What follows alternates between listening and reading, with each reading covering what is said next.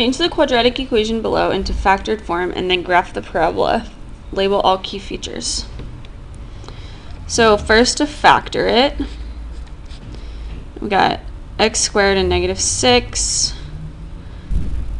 So we need two numbers that multiply to -6x squared and add to -x. So it's going to be -6x and 1x. No. -3x and 2x.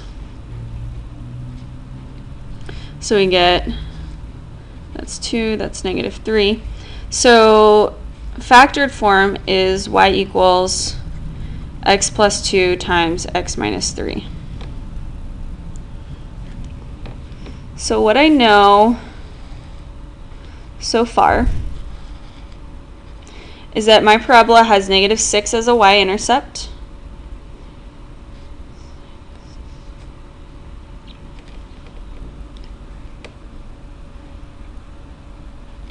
I know that my x-intercepts is when I plug in 0 for y.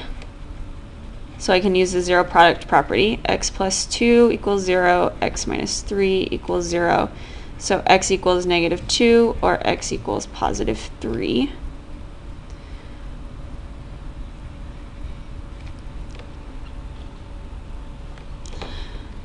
So I know that, let's see, this is -2, 0, and this is 3, 0. I know that the line of symmetry is going to be at 5.5, so right here. So the line of symmetry is at x equals 0.5 or 1/2. I can plug that in order to find the vertex, so I'm going to plug it in here. So y equals 0.5 plus 2 times 0.5 minus 3, which is 2.5 times -2.5. 2.5 times -2.5 is -6.5. Sorry, 6.25. So the vertex is at -6, 1, 2, 3, 4, 5, 6.25, comma 0.5, which is just right there. So the vertex is at 0.5, comma -6.25. And there's the parabola.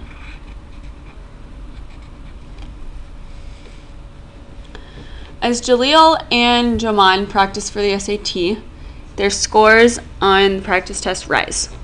Jaleel's current score is 850 and is rising by 10 points per week. Joman's score is 570 and is growing by 50 points per week. When will they catch up? Show your answer in at least 2 different ways. So one way I'm going to do it is by making an equation. So if T represents test score and W represents weeks, number of weeks. So T for Jaleel, his test score would equal 850, because that's what he starts with, plus 10 points every week. The test score for Joman would be 570 plus 50 points per week. So I know that I can set these equal to each other, so that because I want to know when the T's are the same, when the test score is the same. So 850 plus 10W equals 570 plus 50W. I'm just going to divide everything by 10 to start off with. So I get 85 plus W equals 75 plus 5W. That just makes my numbers a little bit easier. Then I'll subtract W from each side, and we get 85 equals 75 plus 4W minus 75 10 equals 4W, so W equals 2.5. So after 2.5 weeks, that doesn't seem right. What did I do wrong? Because after 2.5 weeks, if Joman's score is only going up by 50 points per week, then after 2 weeks, he'll only be at 670.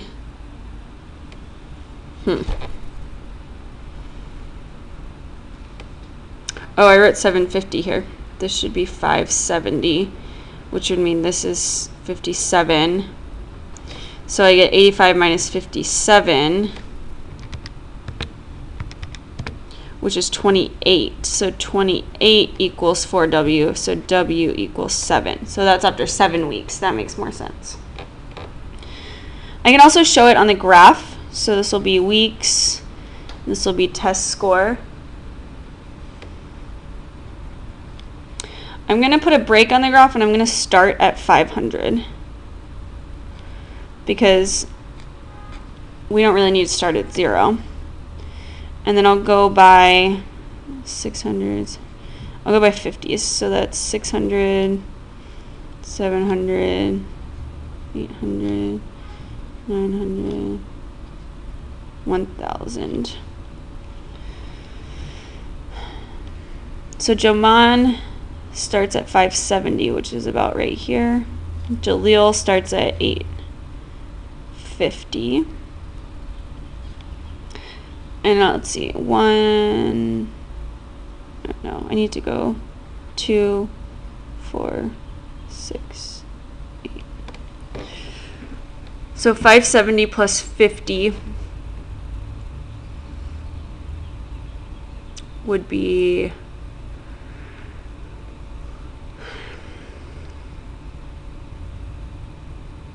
620. After 1 week, plus 50 would be 670. 720, and so on. So this line is going up like that. Joman's score is only rising by 10 points a week, so this is going to be going up just by a little bit. So that means in 5 weeks it'll go up by 50 points. So at 5 weeks he'll be at 900.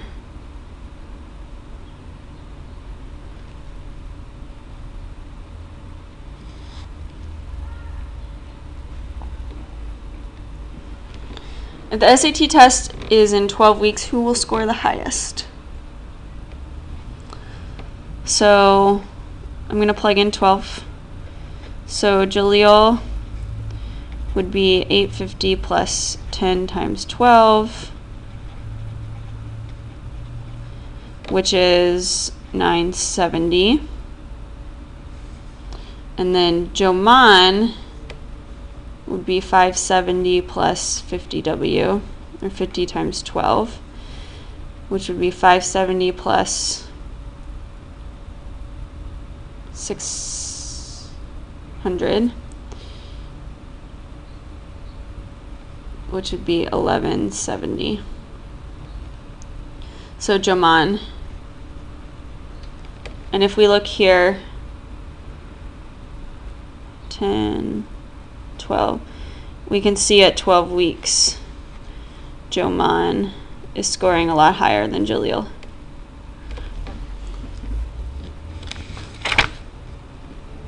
Match each equation below with its corresponding graph. So let's see, this one's negative, so I know that's going to be A. So it's a negative parabola.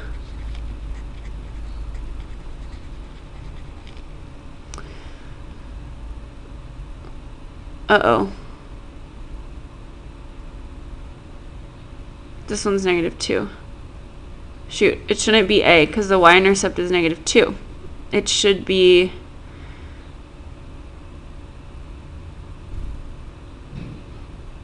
C. So it's a negative parabola and the y-intercept is negative 2. So then this one matches letter B because it's a positive parabola.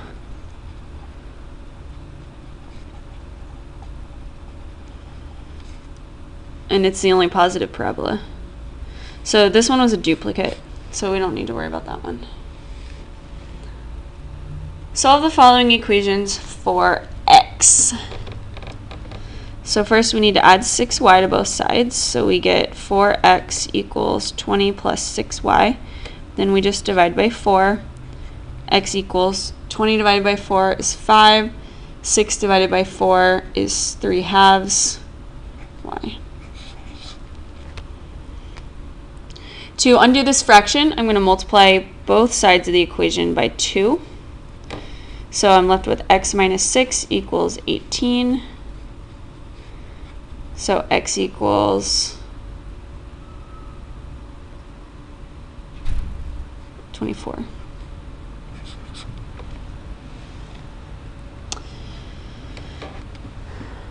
This one's tricky because x is in the denominator.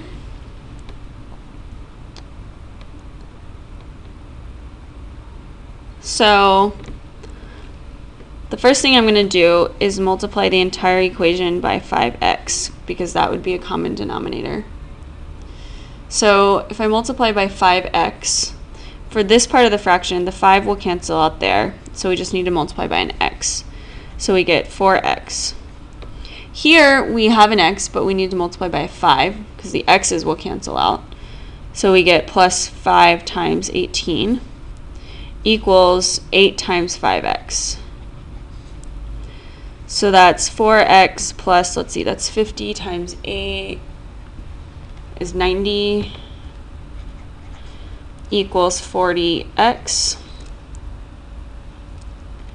So we get 90 equals minus 4x from both sides. 36x divided by 36. We get that x equals 90/36, which if we divide both by 2 is 45/18.